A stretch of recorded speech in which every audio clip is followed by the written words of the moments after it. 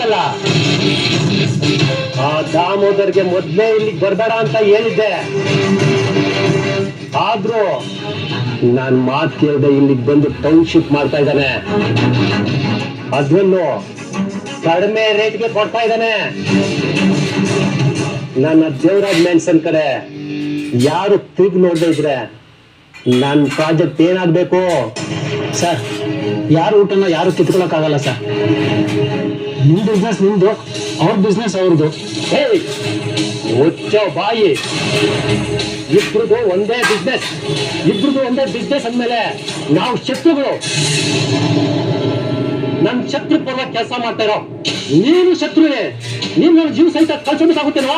Sir, ನನ್ಗೆ ನೀವ್ ಯಾರು ಅಂತಾನೆ ಗೊತ್ತಿಲ್ಲ. ನಾನು ಹೇಗ್ ಸರ್ ನಿಮ್ಗೆ ಶತ್ರು ಆಗ್ತೀನಿ? ನಾನ್ ಯಾರು ಗೊತ್ತೇನೋ? ದೇವರಾಜ್,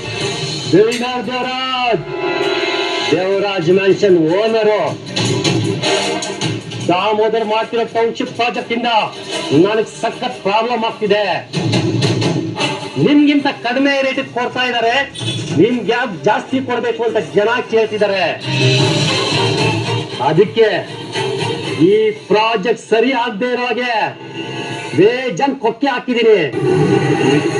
ಅಷ್ಟೇ ಅಲ್ಲ, ಈ ಸ್ಕೂಲ್ ಬಿಲ್ಡಿಂಗ್ಗೆ ಕೊಕ್ಕೆ ಹಾಕ್ಸಿರೋದು ನಾನೇ. ಸರ್, ವಿದ್ಯಾದಾನ ಶ್ರೇಷ್ಠ ದಾನ ಅಂತಾರೆ. ಯಾವ್ದಕ್ ತೊಂದರೆ ಮಾಡಿದ್ರು ವಿದ್ಯಾದಾನಕ್ಕೆ ತೊಂದರೆ ಮಾಡಬಾರ್ದು ಸರ್.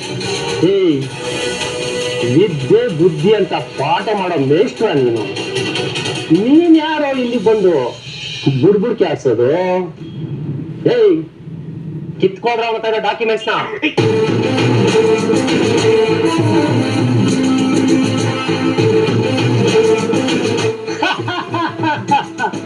ಇದನ್ ತಗೊಂಡು CM ಹತ್ರ ಹೋಗ್ತೀಯಾ?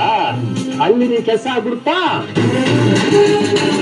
ಒಂದು ತಿಳ್ಕೋ, ಪೊಲಿಟಿಷಿಯನ್ಸ್ ನನ್ನ ಜೇಬಲ್ಲಿದ್ದಾರೆ, ಪೊಲೀಸ್ನವರು ನನ್ನ ಕಾಲ ಹತ್ರ ಇದ್ದಾರೆ, ಇನ್ನು ಎಜುಕೇಶನ್ ಡಿಪಾರ್ಟ್ಮೆಂಟ್ ಅವರು ನನ್ನ ಮನೆ ಬಾಗ್ಲಲ್ಲಿ ಬಿಸ್ಕೆಟ್ ತಿನ್ಕೊಂಡು ಬಿದ್ದಿದೆ. ಏನೋ ಮಾಡ್ಕೊಂತೀಯಾ? ಹೋಗೋ, ನಿಮ್ಗೆ ಜೀವ ಸಹಿತ ಬಿಟ್ಟಿದ್ದೀನಿ. ಯಾಕಂದ್ರೆ ಆ ದಾಮೋದರ್ಗೆ ಹೆಚ್ಚಿಗೆ ಕೊಡೋದಿಕ್ಕೆ ನಿನ್ನನ್ನ ಬಿಟ್ಟು ಕಳಿಸ್ತಾ ಇದ್ದೀನಿ. ಡ್ಯೂಟಿ ಗೀಟಿ ಅಂತ ಏನಾದ್ರು ಈ ಕಡೆ ಕಾಲಿಟ್ರೆ ಮೊದಲೇ ಕಾಲ್ ಕಪ್ಪಿಸ್ಬಿಡ್ತೀನಿ.